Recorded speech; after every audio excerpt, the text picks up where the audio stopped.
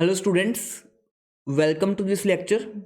तो स्टूडेंट्स, इस वीडियो के अंदर हम डिस्कस करेंगे केमिस्ट्री का one of the most important topic coordination chemistry. ठीक, कोऑर्डिनेशन केमिस्ट्री जितने भी इंडिया के टीजीटी एग्जाम्स हैं, पीजीटी एग्जाम्स हैं, ठीक है, लेक्चर कैडर है, मास्टर कैडर है, ठीक है, सभी एग्जाम्स में इसका डेफिनेटली 3 से 4 क्वेश्चन का वेटेज रहता है। ठीक है, इनऑर्गेनिक का सबसे इंपॉर्टेंट टॉपिक है कोऑर्डिनेशन केमिस्ट्री। कोई भी एग्जाम ऐसा नहीं होता जिसमें कोऑर्डिनेशन केमिस्ट्री से क्वेश्चन पूछा ना जाए। तो आप किसी भी एग्जाम को उठा लेना, मास्टर कैडर कोई भी पेपर उठा लेना, ठीक है, लेक्चर कैडर का पेपर उठा लेना, सब में आपको 3 से 4 क्वेश्चन इस टॉपिक से देखने को मिलते हैं। ठीक है, तो इस पर्टिकुलर टॉपिक के लिए हमने 3 लेक्चर में कंप्लीट करना है। इंपॉर्टेंट टॉपिक है, जितने भी इंपॉर्टेंट नोट्स हैं वो आपको बने बनाए मिल जाएंगे। तो आप लोग को सिर्फ कॉन्सेप्ट्स को समझना है और जो जो चीज़ें आपको बताई जाएं, जो जो क्वेश्चन आपको करने को दिए जाएं, वो आपने अच्छे से फॉलो करने हैं। क्लियर? स्टार्ट करते हैं विद कोऑर्डिनेशन केमिस्ट्री। ठीक, कोऑर्डिनेशन कंपाउंड्स क्या होते हैं, नॉर्मल कंपाउंड से ये कैसे डिफरेंट है, कैसे इनके अंदर बॉन्डिंग होती है, वो सारी चीज़ें हम इस लेक्चर के अंदर डिस्कस करेंगे। क्लियर? सबसे पहली बात, जो कोऑर्डिनेशन कंपाउंड्स होते हैं ये किनके होते हैं? कंपाउंड्स होते हैं ट्रांजिशन एलिमेंट्स के जनरली। ठीक है, कोऑर्डिनेशन कंपाउंड्स जनरली किनके होते हैं? ट्रांजिशन एलिमेंट्स के। देखो, हमने केमिकल बॉन्डिंग पढ़ा। केमिकल बॉन्डिंग में जो जनरली कंपाउंड्स होते हैं वो होते हैं हमारे पास पी ब्लॉक के। क्लियर? आयनिक बॉन्डिंग हमने पढ़ा, उसमें एस ब्लॉक के हम डिस्कशन करते हैं। बट जो डी ब्लॉक के कंपाउंड्स होते हैं, या डी ब्लॉक किस तरह के कंपाउंड्स को मोस्ट प्रोबेबली जो फॉर्म करते हैं वो होते हैं कोऑर्डिनेशन कंपाउंड्स।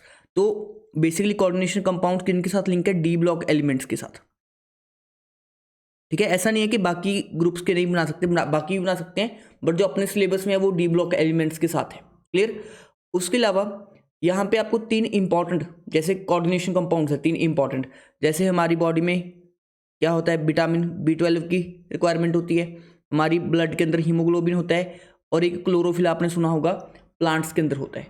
तीनों कोऑर्डिनेशन कंपाउंड्स हैं, क्लोरोफिल भी, विटामिन B12 भी, होमोग्लोबिन भी। इनके अंदर भी क्या प्रेजेंट होते हैं? D block elements.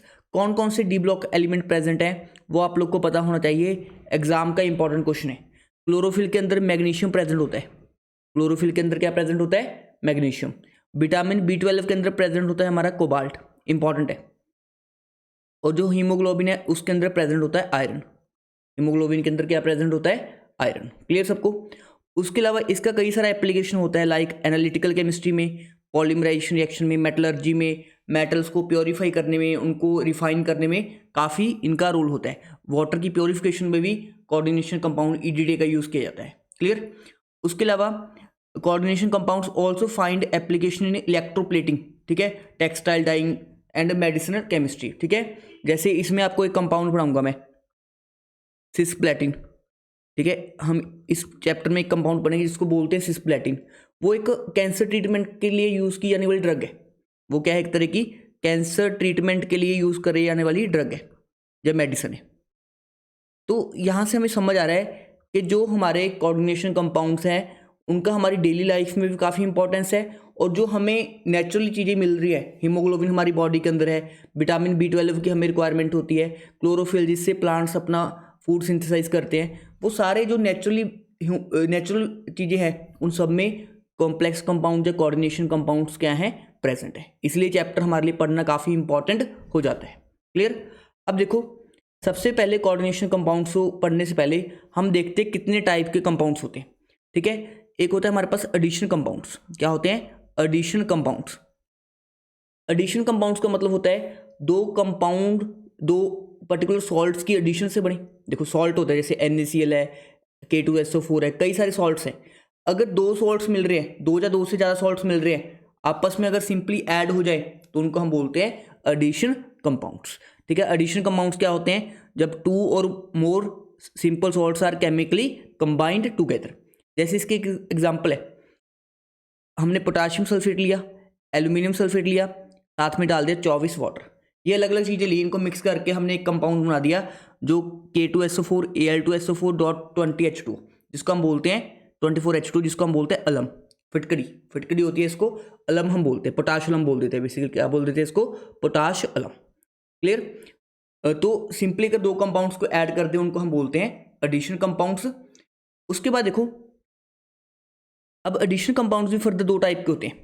या तो हम बोलेंगे इनको डबल सॉल्ट, या तो हम बोलेंगे इनको डबल सॉल्ट। पानी में डालने के बाद हमने एडिशन कंपाउंड लिया, उसको पानी में डाला, पानी के डालने के बाद पानी के अंदर डाला हमने, उसका बिहेवियर चेक किया।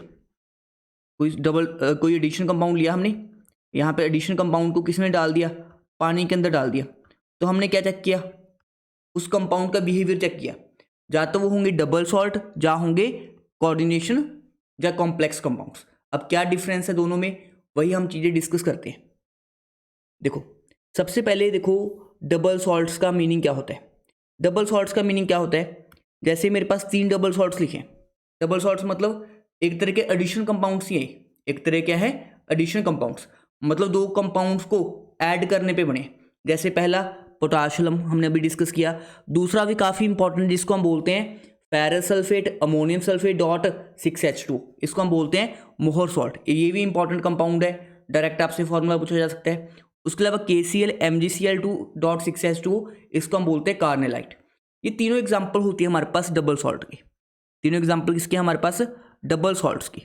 अब इनको हमने डबल सॉल्ट क्यों बोला, यही चीज़ हमने समझनी है। देखो ये डबल सॉल्ट इसलिए है, अगर हम इसको पानी में डालेंगे, एक्वस मीडियम में डाला हमने, इसमें कौन कौन से आयन्स हैं, देखो आप सोचो यहाँ पे K+ होगा, पहले केस में K+ होगा, ठीक है। एल्यूमिनियम के ऊपर क्या होता है, +3 होता है, ठीक है। और SO4 की वजह से क्या आएगा, SO4-2। मतलब जितने भी आयन्स है या कटायन्स है या अनायन्स है वो सभी हमें मिल जाते हैं, ठीक है। कटायन अनायन पूरी तरह से हमें दोबारा से मिल जाएंगे। देखो इन्हीं कटायन अनायन से मिलकर ये कंपाउंड बना होगा। अगर हम पानी में डालेंगे फिर से ये कंपाउंड किस में टूट जाएगा, अपने आयन्स में टूट जाएगा। अगर आयन्स में टूट जा रहा है तो इसको हम बोलते हैं डबल सॉल्ट। जैसे दूसरे केस में कौन कौन से आयन मिलेंगे हमें, Fe+2 मिल जाएगा, SO4-2 मिल जाएगा, NH4+ मिल जाएगा। मतलब जो कंपाउंड जिन आयन से मिलके बना हुआ है वही आयन पानी में हमें दोबारा मिल जाएंगे। तो इस तरह के कंपाउंड्स को हम बोलते हैं डबल सॉल्ट। क्या बोलते हैं, डबल सॉल्ट। तो डबल सॉल्ट का मतलब क्या हो गया, वो एडिशन कंपाउंड जो पानी के अंदर जाने के बाद अपने आयंस में क्या हो जाए, ब्रेक हो जाए, उनको हम बोलेंगे डबल सॉल्ट। तो कोऑर्डिनेशन या कॉम्प्लेक्स कंपाउंड्स क्या होते हैं ये भी देख लेते हैं। कोऑर्डिनेशन या कॉम्प्लेक्स कंपाउंड्स वो होंगे जो उनके अंदर आयंस है। देखो जैसे इसमें कौन कौन से आयंस हैं, K+ होगा, K के ऊपर प्लस होता है। आयरन मैं बता देता हूँ यहाँ पे +2 में है, कैसे है वो देख लेंगे बाद में, ठीक है। उसके बाद Cn- में है, मतलब इसमें 3 आयंस है, K+, Fe+2 Cn-। मैंने इसको पानी में डाला, पानी में डालने के बाद मुझे K+2 मिल गया, बट ना तो Fe+2 मिला ना ही Cn- मिला। ये एक्चुअल में आपस में इतने स्ट्रांगली जुड़ गए, ये आयंस अलग ही नहीं हो पाए, ये आयंस हमें नहीं मिले, क्योंकि इनके बीच में क्या बन गया, स्ट्रॉन्ग बॉन्ड बन गया। इनके बीच में क्या बन गया, स्ट्रॉन्ग बॉन्ड बन गया। तो यहाँ से हमें क्या समझ आया, डबल सॉल्ट अपने आयंस में कन्वर्ट हो जाएंगे।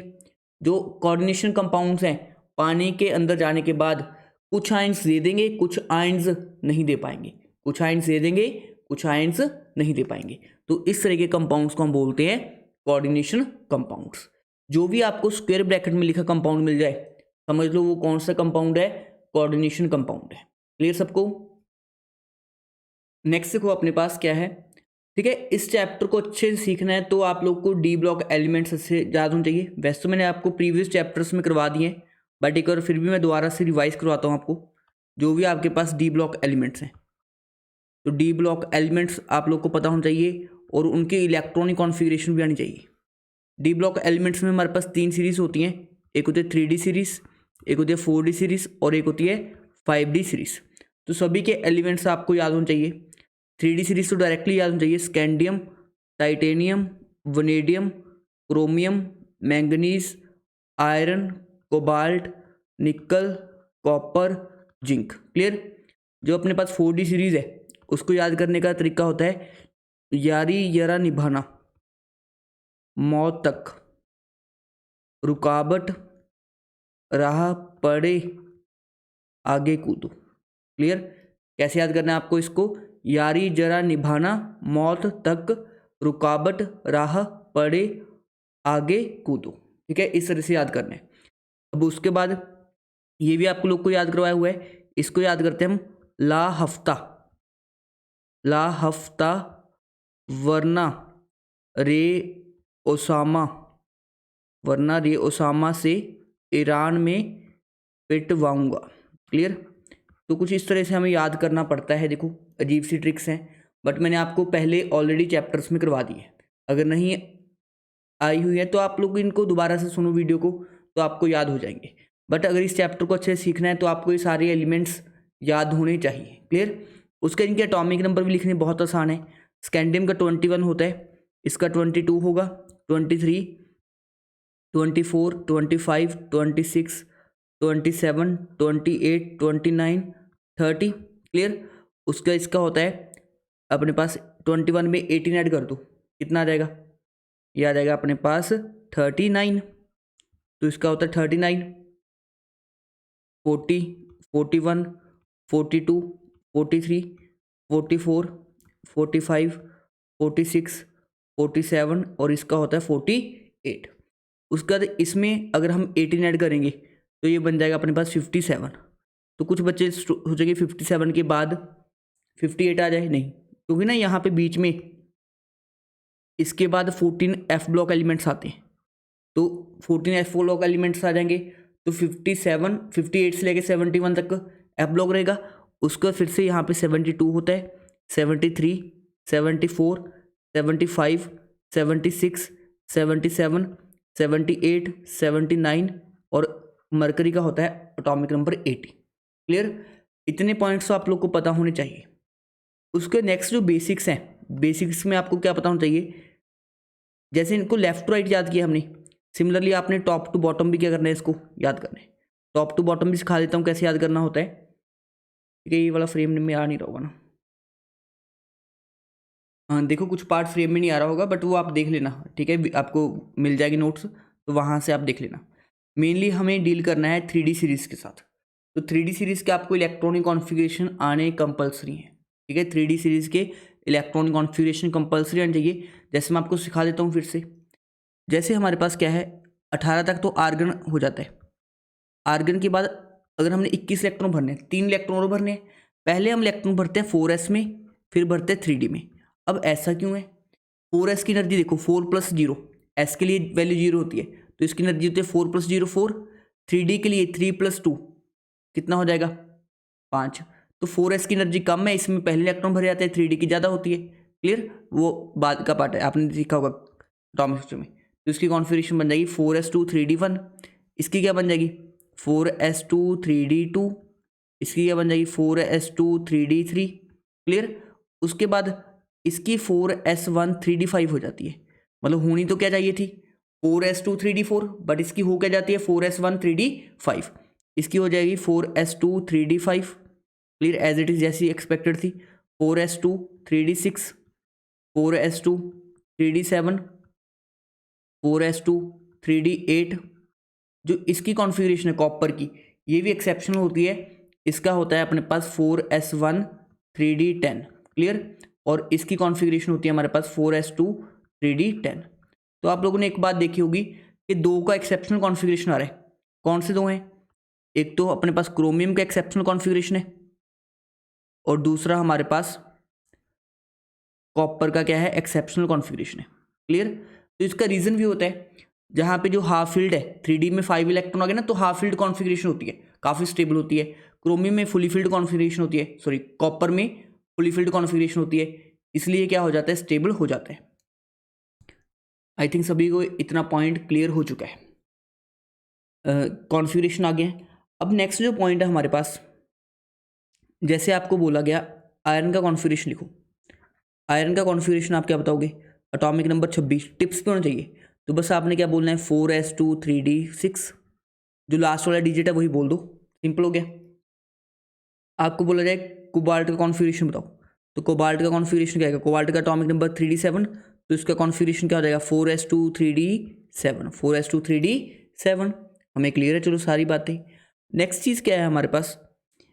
अगर आपको बोल दे आयरन +2 का कॉन्फ़िगरेशन बताओ, तो +2 का मतलब क्या है? 2 इलेक्ट्रॉन आपको रिमूव करने हैं, तो 2 इलेक्ट्रॉन आप पहले बाहर वाले से S से रिमूव करोगे, तो कॉन्फ़िगरेशन क्या बच जाएगी? 3d6 बच जाएगी। अगर आपको बोला गया आयरन +3 का कॉन्फ़िगरेशन बताओ, तो पहले आपने क्या करना है? 2 इलेक्ट्रॉन S से निकाल दिए, एक इलेक्ट्रॉन डी से निकाल दो तो क्या बच जाएगा 3d5। तो इस तरह से आपको कॉन्फ़िगरेशन लिखना आना चाहिए।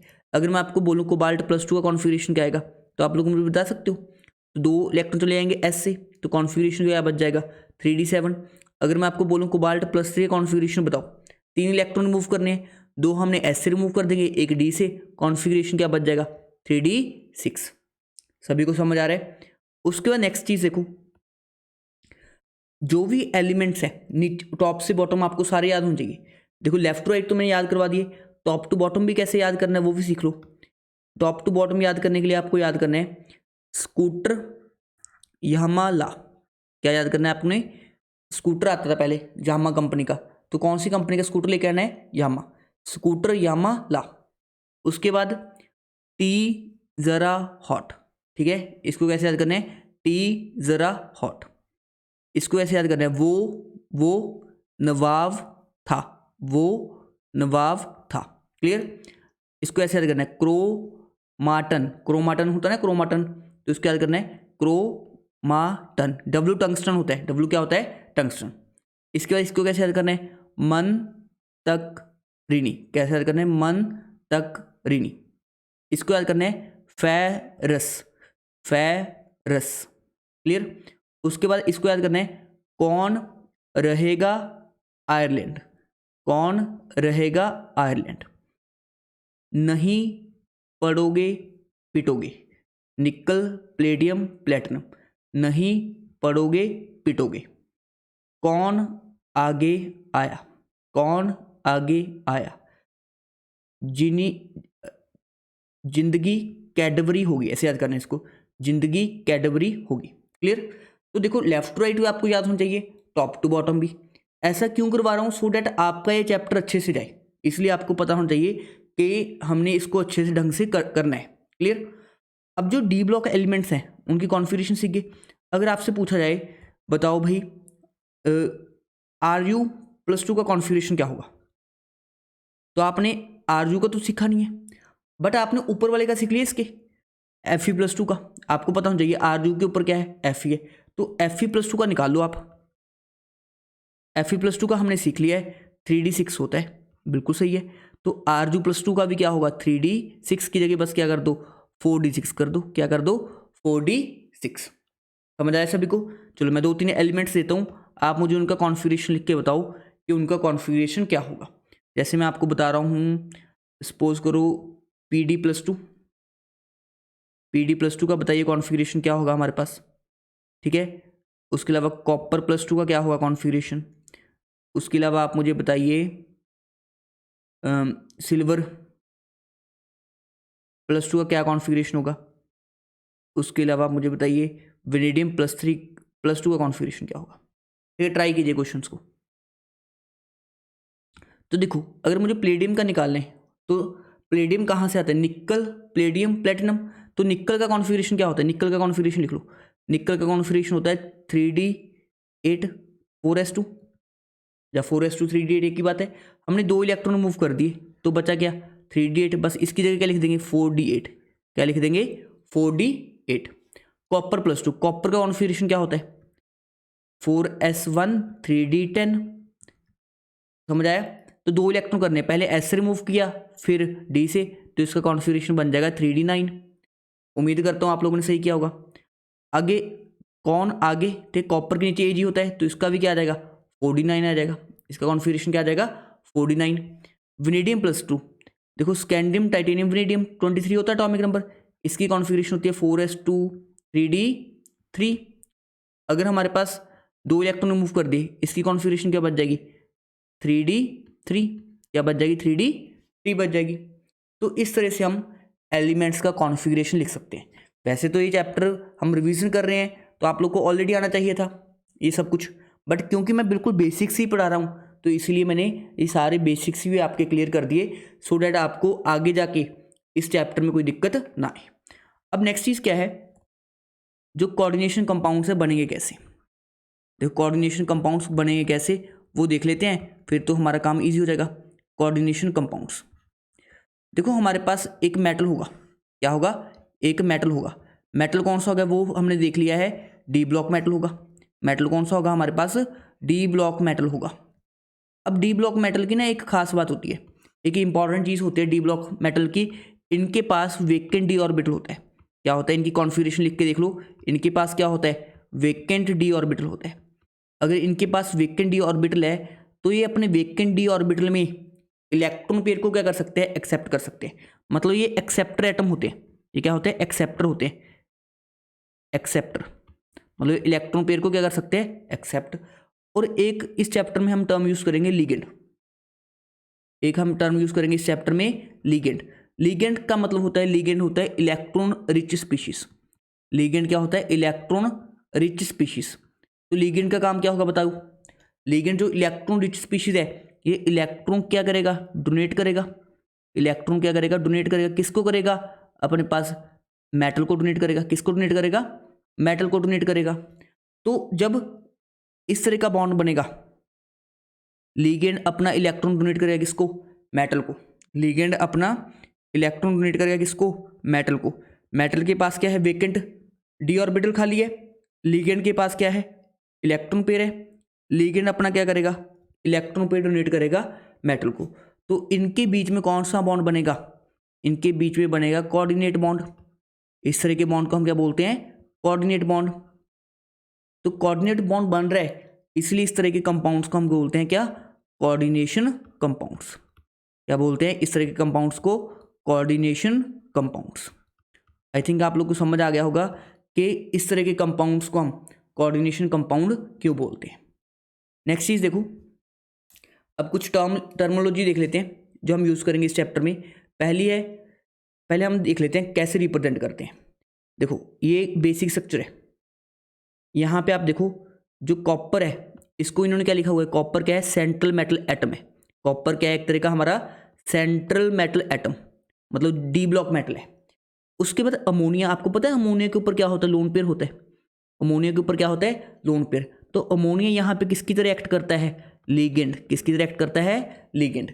मतलब जो डब्बा वाली क्वांटिटी हमारी, डब्बे में स्क्वायर ब्रैकेट में लिखेंगे, स्क्वायर ब्रैकेट में कौन होगा, मेटल होगा। मेटल के साथ किसने बॉन्ड बनाया होगा, लीगेंड ने। मेटल प्लस लीगेंड को हम किस में रखेंगे, स्क्वायर ब्रैकेट में रखेंगे। मेटल और लीगेंड का क्या बन रखा है, बॉन्ड बन रखा है। क्लियर। तो सेंट्रल मेटल एटम समझ आ गया सबको, लीगेंड समझ आ गया। अब जो ये पूरा स्क्वायर ब्रैकेट होता है, जो भी चीज़ हम स्क्वायर ब्रैकेट में लिखते हैं, इस पूरी चीज़ को हम बोलते हैं कोऑर्डिनेशन स्फीयर। इस पूरी चीज़ को हम क्या बोलते हैं, कोऑर्डिनेशन स्फीयर। जो भी हम स्क्वायर ब्रैकेट में बंद करते हैं, इस पूरी चीज़ को हम बोलते हैं कोऑर्डिनेशन स्फीयर। अब जो कोऑर्डिनेशन स्फीयर के बाहर होता है, जैसे देखो ये SO4 क्या है, कोऑर्डिनेशन स्फीयर के बाहर है, तो इसको हम बोलते हैं आयनाइजेशन स्फीयर। इसको हम क्या बोलते हैं, आयनाइजेशन स्फीयर। जो कोऑर्डिनेशन स्फीयर के बाहर है उसको हम बोलेंगे आयनाइजेशन स्फीयर। उसके बाद देखो नेक्स्ट चीज़ क्या है, जैसे कितने डोनेट किए हैं। देखो लीगेंड मेटल को इलेक्ट्रॉन डोनेट करेगा, इलेक्ट्रॉन पेयर डोनेट करेगा। कितने इलेक्ट्रॉन पेयर डोनेट किए हैं, 4 अमोनिया है तो 4 इलेक्ट्रॉन पेयर डोनेट करेगा। तो इसी चीज़ को हम बोलते हैं coordination number. Coordination number, number of electron pair donated by ligand to central metal atom, to central metal atom. Clear. तो इसी को हम बोलते हैं क्या, कोऑर्डिनेशन नंबर। तो इतना ही होता है अपने पास बेसिक्स ऑफ कोऑर्डिनेशन कंपाउंड में क्या क्या टर्म्स होती हैं। ठीक है, अभी हम पढ़ते हैं वन बाय वन। सबसे पहली टर्म है हमारे पास कॉम्प्लेक्स आयन या कोऑर्डिनेशन स्फीयर। ठीक है, इसमें आप लोग देख लो क्या होता है, an aggregate of metal with anions, cations और neutral molecule is called complex ion. मतलब क्या होगा, मेटल होगा प्लस लीगेंड होगा। कहने का मतलब क्या है, कोऑर्डिनेशन स्फीयर में क्या होगा, मेटल प्लस लीगेंड। मेटल जो इलेक्ट्रॉन एक्सेप्ट करेगा, लीगेंड जो इलेक्ट्रॉन डोनेट करेगा। और it is non ionisable part, मतलब इसको फर्दर हम आयंस में तोड़ नहीं सकते। क्लियर। उसके दूसरी टर्म है अपने पास central metal atom. Central metal atom क्या होता है अपने पास, जो इलेक्ट्रॉन पेयर क्या करता है, एक्सेप्ट करता है। जो इलेक्ट्रॉन पेयर क्या करेगा, एक्सेप्ट। अब सेंट्रल मेटल एटम कौन सा होगा अपने पास, जो क्या होगा, D block. Because D block के पास क्या होता है, वेकेंट डी ऑर्बिटल होता है। क्या होता है, वेकेंट डी ऑर्बिटल। उसके बाद कोऑर्डिनेशन नंबर। अब लीगेंड इलेक्ट्रॉन पेयर देगा मेटल को। अब कितने इलेक्ट्रॉन पेयर दे रहा है उसको हम बोलते हैं कोऑर्डिनेशन नंबर। क्लियर? कितने कोऑर्डिनेट बॉन्ड बने, सिंपली जितने कोऑर्डिनेट बॉन्ड बने हैं उतना क्या होगा, कोऑर्डिनेशन नंबर। उसके बाद आयनाइजेशन स्फीयर, कोऑर्डिनेशन स्फीयर के जो बाहर वाला पार्ट है उसको हम बोलते हैं आयनाइजेशन स्फीयर। नेक्स्ट चीज क्या है, ऑक्सीडेशन स्टेट। अब देखो मेटल के ऊपर जो चार्ज होगा, कुछ मेटल के ऊपर क्या होगा, कुछ चार्ज, इसको हम निकालना सीखेंगे कैसे निकालते हैं। तो जो मेटल के ऊपर चार्ज होता है, ठीक है, उसी को हम बोलते हैं क्या, oxidation state of central metal atom. तो इसको मैं रिप्रेजेंट करूंगा CMA, सेंट्रल मेटल एटम को क्या लिखेंगे, CMA। ऑक्सीडेशन स्टेट क्या होता है, सेंट्रल मेटल एटम के ऊपर कितना चार्ज प्रेजेंट है। उसके बाद नेक्स्ट आता है, अगर ओवरऑल कोई कॉम्प्लेक्स के ऊपर चार्ज प्रेजेंट है उसको हम बोलते हैं चार्ज ऑन कॉम्प्लेक्स आयन, सीख लेंगे, कोई इशू नहीं। उसके बाद लिगेंड, लिगेंड का मतलब होता है जो इलेक्ट्रॉन पेयर देंगे, खुद इलेक्ट्रॉन रिच होंगे, इलेक्ट्रॉन पेयर डोनेट करेंगे किसको, सेंट्रल मेटल एटम को। क्या करेंगे, donate electron pair to central metal atom. अब उनके ऊपर क्या होगा, या तो नेगेटिव चार्ज होगा या इलेक्ट्रॉन रिच होंगे, लोन पेयर होगा। क्लियर? उसके बाद देखो जो इलेक्ट्रॉन पेयर देते हैं उनका हम लुईस बेस बोलते हैं, जो इलेक्ट्रॉन पेयर एक्सेप्ट करते हैं उनको लुईस एसिड बोलते हैं। तो लिगेंड्स को हम और क्या बोल सकते हैं, लुईस बेस भी बोल सकते हैं। उसके बाद देखो number of electron pair donated by ligand to central metal atom is called density. मतलब देखो एक है कोई कंपाउंड, सेंट्रल मेटल एटम को एक लोन पे दे रहा है, इसके पास एक लोन पे है, एक ही देगा, तो इसको हम बोलते हैं इसकी डेंसिटी कितनी हो जाएगी, 1 है। कोई आया और कंपाउंड कुछ इस तरह का CH2NH2, CH2NH2, क्लियर, कुछ इस तरह का कंपाउंड आया, तो ये बोला मैं तो सेंट्रल मेटल एटम को 2 कोऑर्डिनेट बॉन्ड बनाऊंगा, 2 लोन पे डोनेट करूंगा, तो इसकी डेंसिटी क्या हो जाएगी, 2 हो जाएगी। क्लियर? तो डेंसिटी का मतलब क्या होता है, सेंट्रल मेटल एटम को लिगेंड ने कितने लोन पेयर डोनेट किए। उसके बाद देखो नेक्स्ट, अब ना कोऑर्डिनेशन कॉम्प्लेक्सेस को भी हम 2 तरह से कैटेगराइज कर देते हैं, एक होता है होमोलैप्टिक कॉम्प्लेक्स, एक होते हैं हेट्रोलैप्टिक कॉम्प्लेक्स। एक कौन से होते हैं, होमोलैप्टिक कॉम्प्लेक्स, और दूसरे होते हैं हेट्रोलैप्टिक कॉम्प्लेक्स।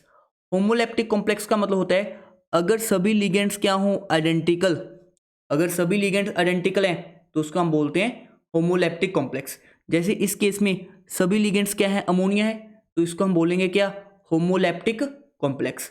अगर लिगेंड, सभी लिगेंड डिफरेंट हो, मतलब सभी लिगेंड्स सेम ना हो, तो उसको हम बोलेंगे हेट्रोलैप्टिक कॉम्प्लेक्स। जैसे यहाँ पे सेंट्रल एटम कौन सा है, Fe है, सेंट्रल मेटल एटम En क्या है, कोई लिगेंड है, कुछ लिगेंड है, हमें नहीं पता En क्या है, बट लिगेंड है, क्योंकि स्क्वायर ब्रैकेट के अंदर लिगेंड ही रहेगा या मेटल रहेगा। ये भी क्या है हमारे पास, लिगेंड है।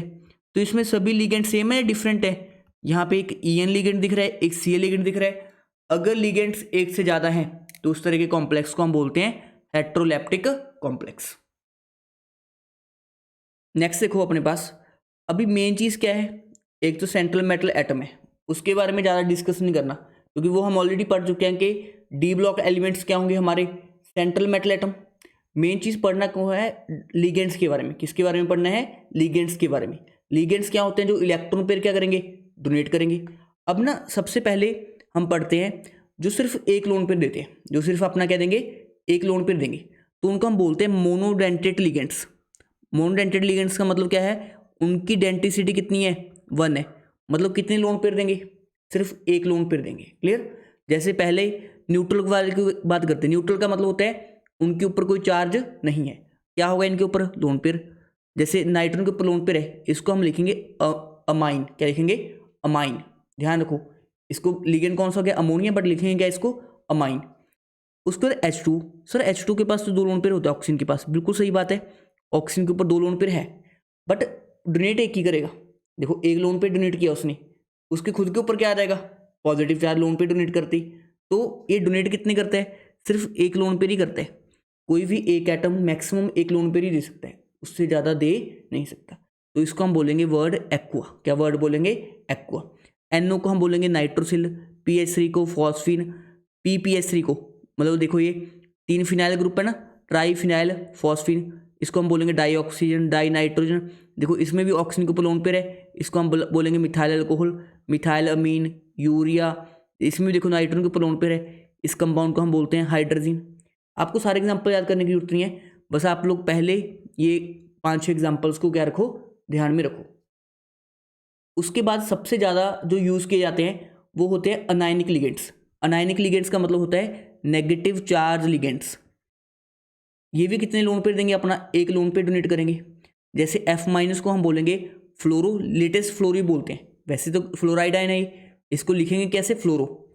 Cl को क्लोरो, Br को ब्रोमो, I- को आइडो, O2- को हम बोलते हैं ऑक्सो या ऑक्साइड, ऑक्साइडो। S- को क्या बोलेंगे, सल्फो। OH- को हाइड्रोक्सो, O2- को सुप्रोक्सो। इनमें भी जो काम के हैं, काम के तो अपने पास सिर्फ पहले 4 ही हैं, पहले 4 काम के हैं। उसके बाद आपको पता हो जाइए N-3 को नाइट्राइड आयन बोलते हैं, क्या बोलते हैं, नाइट्राइड। तो इसका क्या नाम बन जाएगा, नाइट्राइडो। N3- को क्या बोलते हैं, अजाइड। तो अजाइड से क्या आ जाएगा, अजाइडो। क्लियर। S- को क्या बोलते हैं, सल्फाइड। सल्फाइड से क्या आ जाएगा, सल्फो, सल्फाइडो या सल्फो। OH- को क्या बोलते हैं, हाइड्रोक्साइड। तो हाइड्रोक्साइड से क्या आ जाएगा, हाइड्रोक्सो। क्या आ जाएगा, हाइड्रोक्सो। क्लियर। उसके बाद O2- को, इसको हम बोलते हैं क्या, सुपर ऑक्साइड। तो इससे आ जाएगा सुपरऑक्सो। क्लियर। ये कुछ नेगेटिव चार्ज लिगेंड्स है जो हमें ध्यान रखने, ज़्यादा नहीं कर सकते, पहले 4 तो आपको पता होने चाहिए।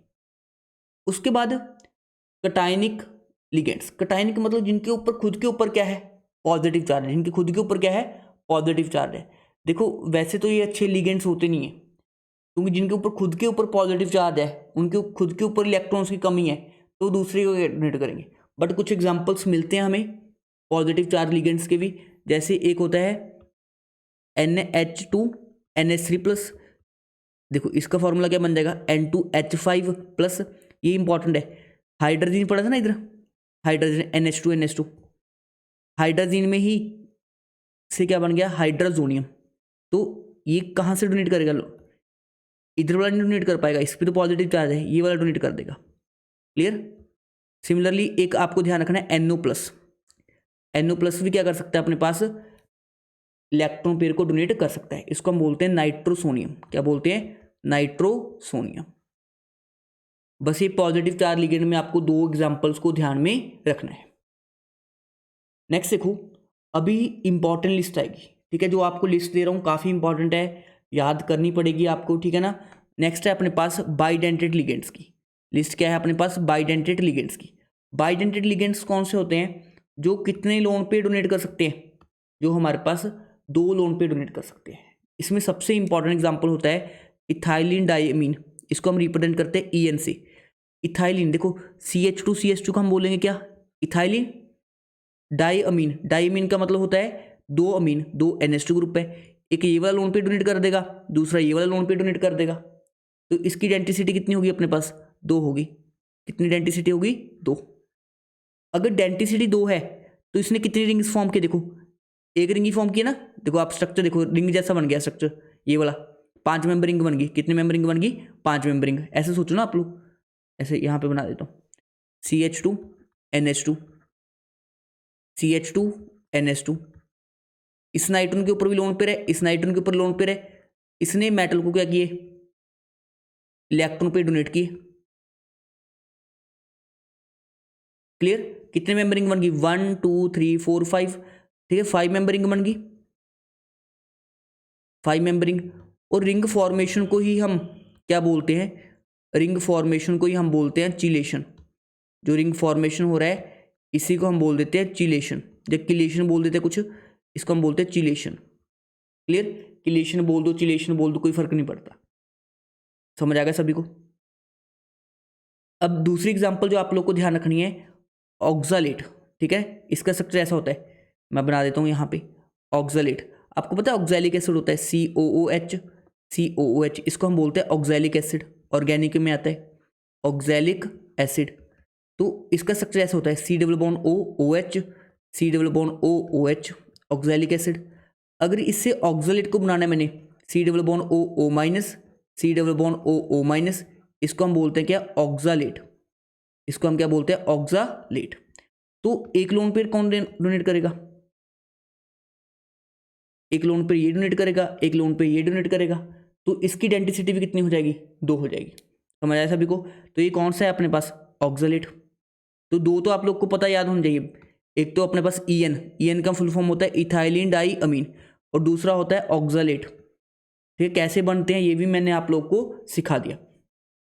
उसके बाद इसको हम बोलते हैं डाईप्रिडीन या डाईप्रिडाइल, क्या बोलते हैं इसको, डाईप्रिडाइल। ऑर्गेनिक में ना ऐसा कंपाउंड होता है पिरिडीन, ऐसा कंपाउंड होता है पिरिडीन। दो पिरिडीन को जोड़ दिया तो इसको हम बोलते हैं डाईप्रिडाइल। ये भी लोन पे डोनेट करेगा, ये भी अपना लोन पे डोनेट करेगा, तो यहाँ पे भी क्या बन जाएगी, रिंग बन जाएगी। उसके बाद अगली एग्जांपल आती है स्टूडेंट्स, ग्लाइसिनेटो। क्या बोलते हैं इसको, ग्लाइसिनेटो। अब ये ग्लाइसिनेटो क्या है, ऑर्गेनिक में ना आप एक अमीनो एसिड पढ़ोगे जिसको हम बोलते हैं ग्लाइसिन।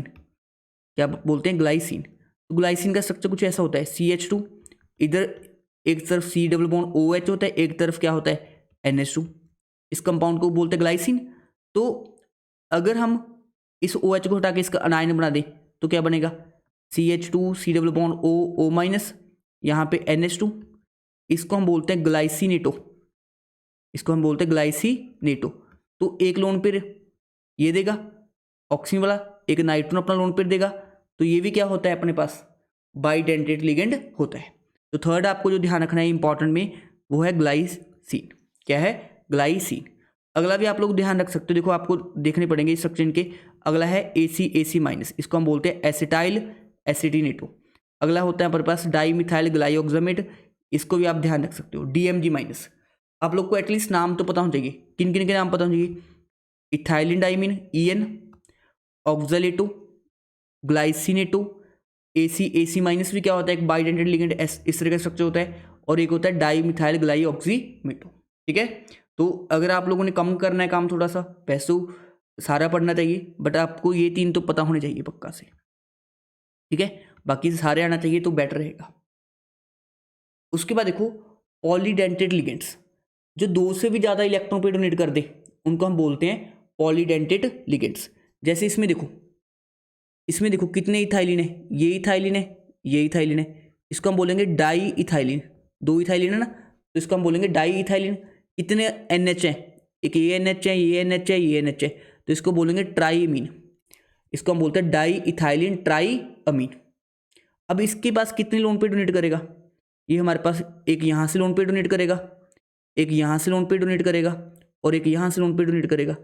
तो कितने लोन पे डोनेट कर रहे हैं, 3 लोन पे डोनेट कर रहे हैं, तो इसको हम बोलते हैं ट्राइडेंटेड लिगेंड। क्या बोलते हैं इसको, ट्राइडेंटेड लिगेंड्स।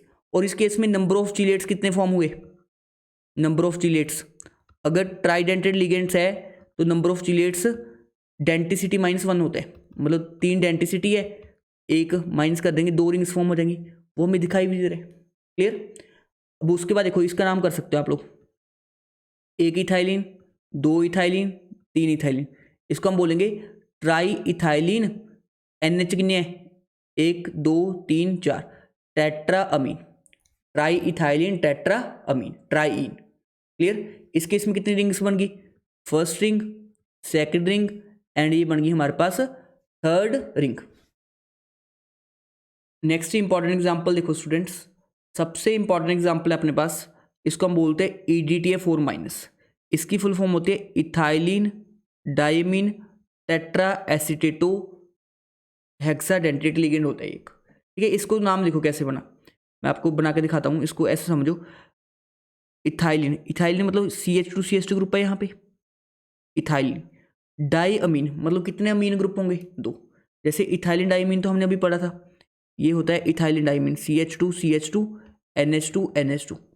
इसको हम बोलते क्या, इथाइलिन डाइमीन। इसको क्या बोलते हैं, इथाइलिन डाइमीन। समझ आया सभी को, इथाइलिन डाइमीन बोलते हैं इसको।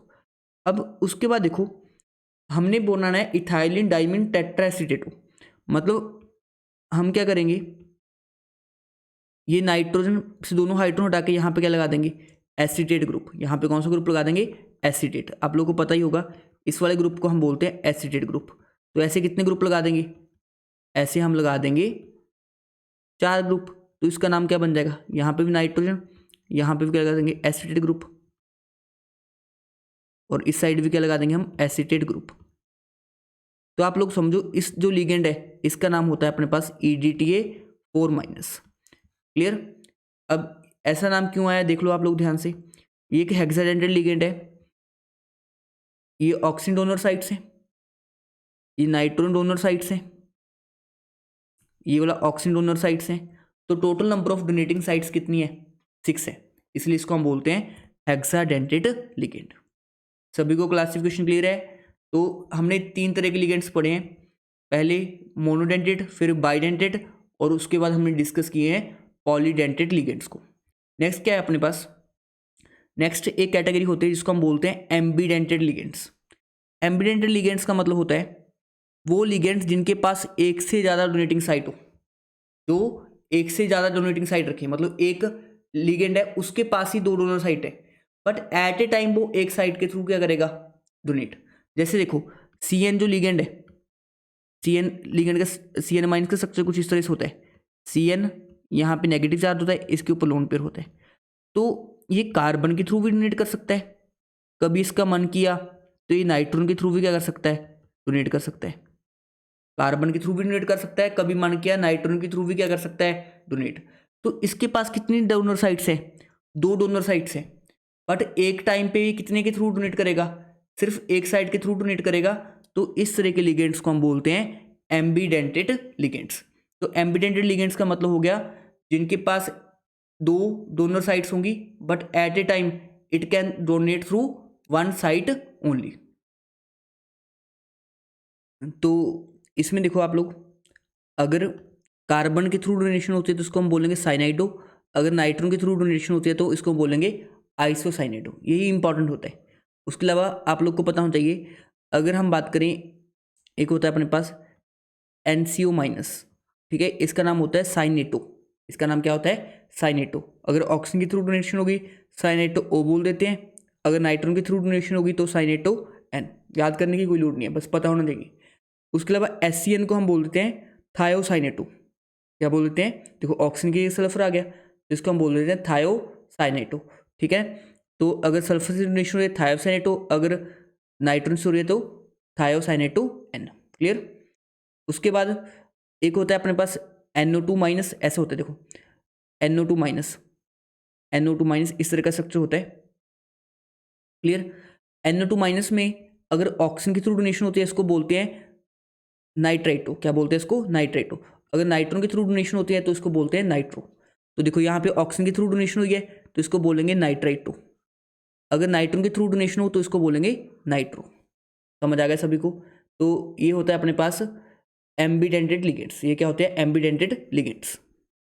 उसके बाद देखो नेक्स्ट कैटेगरी होती है हमारे पास फ्लेक्सीडेंटेड लिगेंड्स की। जो फ्लेक्सीडेंटेड लिगेंड्स हैं वो अपनी डेंटिसिटी को चेंज कर सकते हैं। वैसे इसका ज़्यादा क्वेश्चन नहीं आएगा, सिर्फ 1-2 क्वेश्चन आते हैं, वो आपको बता दूंगा लास्ट में कौन से क्वेश्चन करने हैं। तो ऐसे लिगेंड्स जो जरूरत कर पड़ने पे अपनी डेंटिसिटी चेंज कर लें उनको हम बोलते हैं फ्लेक्सीडेंटेड लिगेंड्स। फ्लेक्सिबल है, अपनी डेंटिसिटी को चेंज कर सकते हैं। जैसे एस सल्फेट माइनस है, ठीक है, इस केस में देखो वो मोनोडेंटेड लिगेंड की तरह बिहेव कर रहे हैं, बट इस कंपाउंड में वो बाइडेंटेड लिगेंड की तरह बिहेव कर रहे हैं। अब कैसे कर रहे हैं, क्यों कर रहे हैं, वो हमने डिस्कस नहीं करना। मेन चीज़ क्या है अपने पास, फ्लेक्सीडेंटेड का मीनिंग आपको पता होना चाहिए। जो जरूरत पड़ने पे अपनी डेंटिसिटी को क्या कर ले चेंज, उसको हम बोलते हैं फ्लेक्सीडेंटेड लिगेंड्स। Clear students? तो अभी हमने देख लिया अपना लिगेंड्स का क्लासिफिकेशन, ठीक है। इसमें आपको जो बाइडेंटेड लिगेंड्स हैं ये याद होना चाहिए, ईडीटे का पता होना चाहिए। क्लियर? उसके बाद आपको एम्बीडेंटेड का मीनिंग क्या होता है ये सारा कुछ क्लियर होना चाहिए। नेक्स्ट देखो, नेक्स्ट है अपने पास, अभी हमने बात की थी सेंट्रल मेटल एटम की। अब सेंट्रल मेटल एटम के रिगार्डिंग, सेंट्रल मेटल एटम के ऊपर जितना चार्ज होता है उसी को हम बोलते हैं क्या, उसका ऑक्सीडेशन नंबर। ऑक्सीडेशन नंबर निकालना सीखेंगे। कितने उसने कोऑर्डिनेट बॉन्ड बना रखे हैं, कितने कोऑर्डिनेट बॉन्ड है उसका कोऑर्डिनेशन नंबर देखेंगे, और उस कॉम्प्लेक्स में कितनी रिंग्स बनेगी वो भी हम क्या करेंगे, चेक करेंगे। क्लियर? अब देखो नंबर ऑफ रिंग्स तो सिंपल्स है, जितनी डेंसिटी है उससे -1 कर दो, उतनी क्या आ जाएगी, नंबर ऑफ रिंग्स आ जाएंगी। कोऑर्डिनेशन नंबर क्या होता है, नंबर ऑफ कोऑर्डिनेट बॉन्ड्स सीख लेते हैं कैसे। ऑक्सीडेशन नंबर चार्ज होता है। अब जैसे पहला कॉम्प्लेक्स है, सिंपल सी एग्जांपल समझो, आपको इतना पता है ओवरऑल कॉम्प्लेक्स के ऊपर कोई चार्ज नहीं है, ओवरऑल कॉम्प्लेक्स के ऊपर कोई चार्ज नहीं है, आपको इतना पता होना चाहिए पोटाशियम के ऊपर हमेशा +1 होता है, तो एक पोटाशियम के ऊपर +1, 4 के ऊपर +4। लेट्स सपोज आयरन के ऊपर क्या है, X है। अब CN कैसा लिगेंड है, साइनाइड। साइनाइड अभी हमने सीखा नेगेटिव चार्ज लिगेंड है। साइनाइड कैसा है, नेगेटिव चार्ज लिगेंड है, तो इसके ऊपर होता है -1 चार्ज, तो 6 × -1 6 लिगेंड है। CN के ऊपर कौन सा चार्ज होता है, -1 चार्ज। ओवरऑल किसकी इक्वल आ गया, 0। कॉम्प्लेक्स के ऊपर कोई चार्ज नहीं है, तो यहाँ पे सेंट्रल मेटल के ऊपर चार्ज निकाल लो, कितना आ गया, +2। कितना चार्ज आ गया, +2। अब साइनाइड कैसा लिगेंड है, अभी हमने सीखा साइनाइड मोनोडेंटेड लिगेंड होता है। कैसा लिगेंड होता है, मोनोडेंटेड। एट ए टाइम एक इलेक्ट्रॉन पेज देगा, तो 6 साइनाइड है, कितने इलेक्ट्रॉन पे देंगे, 6। तो इसकी डेंसिटी सॉरी कोऑर्डिनेशन नंबर कितना हो जाएगा, 6 हो जाएगा। क्योंकि ये ना तो मोनोडेंटेड लिगेंड है, मोनोडेंटेड लिगेंड कभी भी रिंग फॉर्मेशन नहीं करते, तो नंबर ऑफ चिलेट रिंग्स कितनी आ जाएंगी, 0। समझ आया। अब दूसरा क्वेश्चन देखो, इसमें निकालना है। अब अमोनिया आपको पता हो न्यूट्रल लिगेंड की कैटेगरी में था। अमोनिया किस कैटेगरी में था, न्यूट्रल लिगेंड। कॉपर के ऊपर मान लो X है, अमोनिया के ऊपर कोई चार्ज नहीं होगा। सल्फेट के ऊपर -2 होता है, ओवरऑल कितना चार्ज है, 0। तो यहाँ पे कॉपर के ऊपर क्या आ जाएगा, +2 आ जाएगा। बिकॉज अमोनिया क्या है, मोनोडेंटेड लिगेंड है, तो 4 मोनोडेंटेड लिगेंड है, तो कोऑर्डिनेशन नंबर भी कितना हो जाएगा, 4। और कितनी रिंग्स बनेंगी, 0। नेक्स्ट केस देखो, EN इथाइलिन डायमीन, ध्यान रखना अभी आप लोग, ये भी क्या होता है, न्यूट्रल लिगेंड होता है। तो इसके ऊपर कोबाल्ट के ऊपर देखो X, EN के ऊपर कोई चार्ज नहीं होता, आपने देख चुके हैं अभी। क्लोराइड के ऊपर -3, एक Cl के ऊपर -1, 3 के ऊपर -3, तो यहाँ पे ओवरऑल चार्ज कितना है, 0। तो कोबाल्ट की ऑक्सीडेशन स्टेट क्या आ जाएगी, +3। अब मुझे बताओ यहाँ पे सर 3 नंबर लगा हुआ है, क्या कोऑर्डिनेशन नंबर 3 है, नहीं। जो EN है, इथाइलिन डायमीन, वो कैसा लिगेंड होता है अपने पास,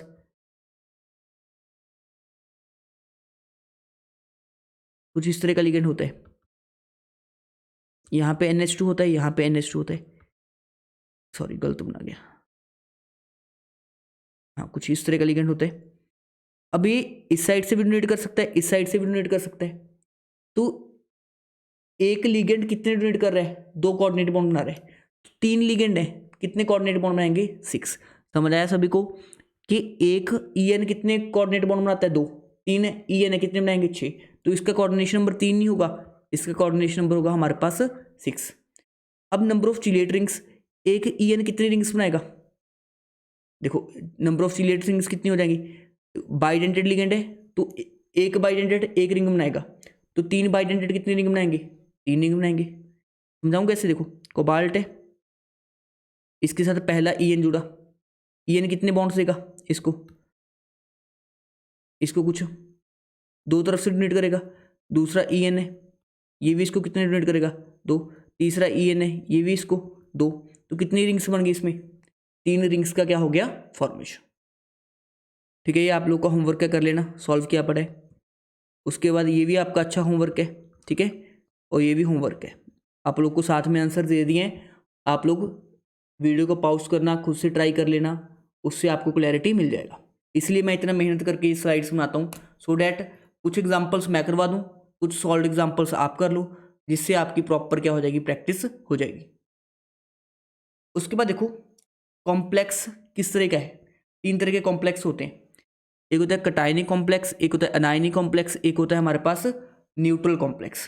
कैसे डिफ्रेंशिएट करेंगे, कौन सा कटायनिक कॉम्प्लेक्स है, कौन सा अनायनिक है, कौन सा न्यूट्रल है। अब मुझे बताओ, आपको कोऑर्डिनेशन स्फीयर के राइट साइड में अनायन दिख रहे, अनायन दिख रहे, तो ये पहले हम क्या लिखते हैं, जैसे NaCl है, तो पहले हम कटायन लिखते हैं, फिर क्या लिखते हैं, अनायन। तो बाद में अनायन आ गया, तो पहले वाला क्या होगा, कटायन। तो कॉम्प्लेक्स वाला कंपाउंड क्या है, कटायन है, इसलिए इसको बोलते हैं कटायनिक कॉम्प्लेक्स।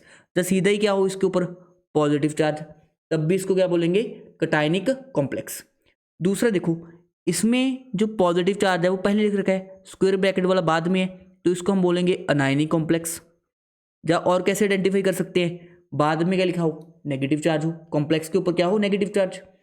तीसरा, अगर ना तो कोई लेफ्ट में है ना राइट में, सिर्फ एक डब्बा है जिसके ऊपर कोई चार्ज नहीं है, सिर्फ एक डब्बा है जिसके ऊपर कोई चार्ज नहीं है, उस तरह के कॉम्प्लेक्स को हम बोलते हैं न्यूट्रल कॉम्प्लेक्स।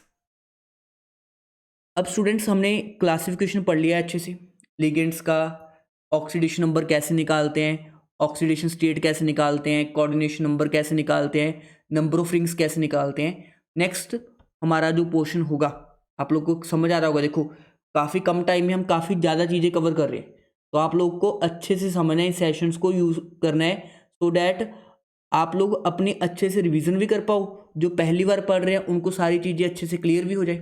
कुछ स्टूडेंट्स ने पहले पढ़ा होता है ये टॉपिक, तो उनको रिवीजन हो रही है प्रॉपर, कुछ ने अगर पहले नहीं पढ़ा हुआ उनको प्रॉपरली क्या हो रहा है, सारा कंटेंट मिल रहा है। क्लियर। तो अभी जो नेक्स्ट टॉपिक है उसमें हम डिस्कस करेंगे कि कोऑर्डिनेशन कंपाउंड्स की हम नेमिंग कैसे करते हैं। नेक्स्ट देखो इंपॉर्टेंट टॉपिक स्टार्ट करने जा रहे हैं, IUPAC nomenclature of coordination compounds. तो एक साइंटिस्ट थे अपने पास, इस चैप्टर में काफ़ी नाम आएगा उनका, एल्फ्रेड बर्नर। उन्होंने बताया कि कोऑर्डिनेशन कंपाउंड्स की नेमिंग के लिए भी हम कुछ सेट ऑफ रूल्स बना लेते हैं। सेट ऑफ रूल्स क्या था, उन्हीं को हम डिस्कस करते हैं।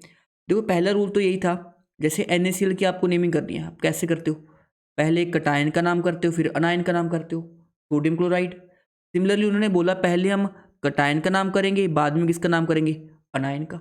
चलो ये चीज़ क्लियर है हमें, पहले कटायन का नेम होगा फिर अनायन का। यहाँ पे आपको दिख रहा होगा कटायन है और जो कॉम्प्लेक्स अनायन है, अनायन कौन सा है, कॉम्प्लेक्स है। दूसरा, जैसे कोई कॉम्प्लेक्स का नेमिंग करना है, जैसे कोई कॉम्प्लेक्स का नेमिंग करना है, जैसे यहाँ पे क्या है, K4FeCN6 है, तो पहले हम नेमिंग करेंगे इसका कटायन का, उसके बाद नेमिंग करेंगे अनायन का। अनायन यहाँ पे क्या है, कॉम्प्लेक्स है। जब भी हमने कॉम्प्लेक्स की नेमिंग करनी है तो हम सबसे पहले लिगेंड्स के बारे में लिखेंगे। किसके बारे में लिखेंगे, लिगेंड्स के बारे में। कितने लिगेंड है, 6 लिगेंड है, तो इसको बोलेंगे हेक्सा। नाम क्या है CN लिगेंड का, साइनो, हेक्सा साइनो लिखेंगे। क्या लिखेंगे, हेक्सा साइनो। फिर मेटल के बारे में बताएंगे, फिर किसके बारे में बताएंगे, मेटल के बारे में। एग्जाम्पल से ज़्यादा क्लियर आएगा। तो सेकंड रूल क्या है, in the naming of complex anions ligands are named first before the central atom. मतलब पहले हम लिगेंड का नेम करेंगे, बाद में सेंट्रल एटम का। उसके बाद अगर नंबर ऑफ लिगेंड एक से ज़्यादा है तो उनको रिप्रेजेंट करने के लिए हम डाई, ट्राई, टेट्रा यूज़ करेंगे। जैसे यहाँ पे 6 लिगेंड्स हैं, इसको यूज़ करने के लिए हम क्या यूज़ करेंगे, हेक्सा यूज़ करेंगे। बाई चांस अगर किसी लिगेंड के नेम में ही डाई ट्राई आ गया, जैसे CH2NH2, CH2NH2, इस लिगेंड का नेम क्या है, इथाइलिन डाइअमीन। इसके नाम में क्या आ गया, डाई आ गया। बाई चांस इसके नाम में क्या आ गया, डाई। अगर ये दो यूज़ किए जाएंगे, अगर ये दो यूज़ किए जाएंगे तो हम डाई ट्राई ना यूज़ करके हम क्या यूज़ कर लेंगे, बिस, ट्रिस। ठीक है, इस तरह से कैसे यूज़ करते हैं हम देखेंगे आगे। उसके बाद देखो, when more than one type of ligand is present, अगर एक से ज़्यादा टाइप के लिगेंड प्रेजेंट है तो हमेशा उनको अल्फ़ाबेटिकल ऑर्डर में लिखना है। जैसे अगर हमारे पास एक लिगेंड है NH3 अमोनिया और उसी में साथ में कोई लिगेंड प्रेजेंट है, सपोज करो CN-, ठीक है, ये दोनों प्रेजेंट है स्क्वायर ब्रैकेट के अंदर, तो पहले इसका नाम क्या होता है, अमीन, तो इसको लिखेंगे अमीन। इसका नाम होता है साइनो, तो अल्फाबेटिकली पहले कौन आ रहा है, इमीन आ रहा है ना, तो हम पहले अमीन का नाम लिखेंगे। क्लियर। उसके बाद देखो, अगर कॉम्प्लेक्स हमारा न्यूट्रल है या कटायनिक है, अब न्यूट्रल और कटायनिक कॉम्प्लेक्स बता चुका हूँ, बाकी एग्जाम्पल तो सीख लेंगे, तो हमेशा देन सेंट्रल एटम का हम नाम एज इट यूज़ करेंगे। जैसे Fe के लिए आयरन यूज़ करेंगे, CO के लिए कोबाल्ट यूज़ करेंगे। क्लियर। अगर कॉम्प्लेक्स अनायन है, अगर हमारा कॉम्प्लेक्स क्या है, अनायन है, अब अनायनिक कॉम्प्लेक्स देख चुके हैं, तो उनका नॉर्मल इंग्लिश नेम नहीं यूज़ करेंगे, हम यूज़ करेंगे उनका लैटिन नेम। क्या यूज़ करेंगे, लैटिन नेम। लैटिन नेम कब यूज़ करना है, जब कॉम्प्लेक्स के ऊपर कौन सा चार्ज होगा, नेगेटिव चार्ज। समझ आया सभी को। लैटिन नेम का मतलब क्या होता है, जैसे आयरन के लिए हम यूज़ करते हैं Fe8, मतलब एंड पे A8 लग जाता है। ठीक है, कोबाल्ट के लिए यूज़ करेंगे कोबाल्ट8, मतलब एंड पे क्या लगा देना है, 8 लगा देने। क्या लगा देना है, 8। कब, नॉर्मल नेम कब यूज़ करना है, जब कॉम्प्लेक्स क्या होगा, न्यूट्रल या कटायनिक। अगर कॉम्प्लेक्स हमारा अनायनिक है तो हम उसका कौन सा नेम यूज़ करेंगे, लैटिन नेम। उसके बाद जब भी मेटल लिख दिया हमने, मेटल के साथ उसका ऑक्सीडेशन नंबर लिखना है। मेटल के साथ क्या लिखना है, उसका ऑक्सीडेशन नंबर, और ऑक्सीडेशन नंबर भी कैसे लिखना है, रोमन लेटर्स में। कैसे लिखना है, रोमन न्यूमरल में। Clear, Roman numeral. ठीक है, मेरे को पता है मैंने थ्योरेटिकली सबको समझा दिया है, बट जब तक हम एग्जाम्पल्स नहीं करेंगे हमें समझ नहीं आएगा। तो मैं कुछ एग्जाम्पल्स ले रहा हूँ आप लोग को, 5 एग्जाम्पल्स मैं सॉल्व कराऊंगा, बाकी 5 आप खुद सॉल्व करोगे। क्लियर। ऐसे चलेगा काम। जैसे पहला एग्जाम्पल है, ये पहले एग्जाम्पल में हमने नाम करना है इस पर्टिकुलर कंपाउंड का, मैं करवाता हूँ आपको, ठीक है ना। जैसे देखो इसमें पहले क्या लिखा हुआ है, कटायन है, फिर क्या है, अनायन है। तो पहली बात आप लोग को पता होना चाहिए, अनायन कॉम्प्लेक्स है, यहाँ पे क्या है, कॉम्प्लेक्स अनायन है, कॉम्प्लेक्स अनायन है। अगर कॉम्प्लेक्स अनायन है तो मेटल का नाम यूज़ करना हो, आयरन यूज़ करेंगे या फ्रीएट। अगर कॉम्प्लेक्स अनायन है तो इसका लैटिन नेम यूज़ करेंगे फ्रीएट। क्या यूज़ करेंगे, 8 लगा देते हैं बेसिकली, क्या लगाते हैं इसके एंड पे, 8। तो पहले देखो जो स्क्वायर ब्रैकेट के बाहर है ना उसको नंबर मेंशन करने की जरूरत नहीं है। बाहर क्या है, पोटाशियम, टेट्रा पोटाशियम मेंशन करने की जरूरत नहीं है। जो कॉम्प्लेक्स के अंदर है उसके नंबर बताने, जो उसके बाहर है उसके नंबर बताने की जरूरत नहीं है। तो देखो इसका नाम क्या हो जाएगा, पोटाशियम, इसका नाम क्या हो जाएगा, पोटाशियम। उसके बाद हमने कटायन का नेम कर दिया बस। अब हम करेंगे नेम ऑफ अनायन। अनायन में पहले किसका नाम करते हैं, लिगेंड का। लिगेंड कितने हैं, 6 लिगेंड है, तो हम बोलेंगे हेक्सा साइनो। क्या बोलेंगे, हेक्सा साइनो।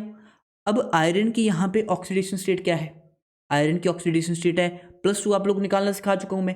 तो यहाँ पे हम बोलेंगे आयरन यूज़ करेंगे या फिरेट, यहाँ पे हम यूज़ करेंगे फिरेट। और ब्रैकेट में क्या डाल देंगे, ऑक्सीडेशन स्टेट, ब्रैकेट में क्या डाल देंगे, ऑक्सीडेशन स्टेट। समझ आया सभी को।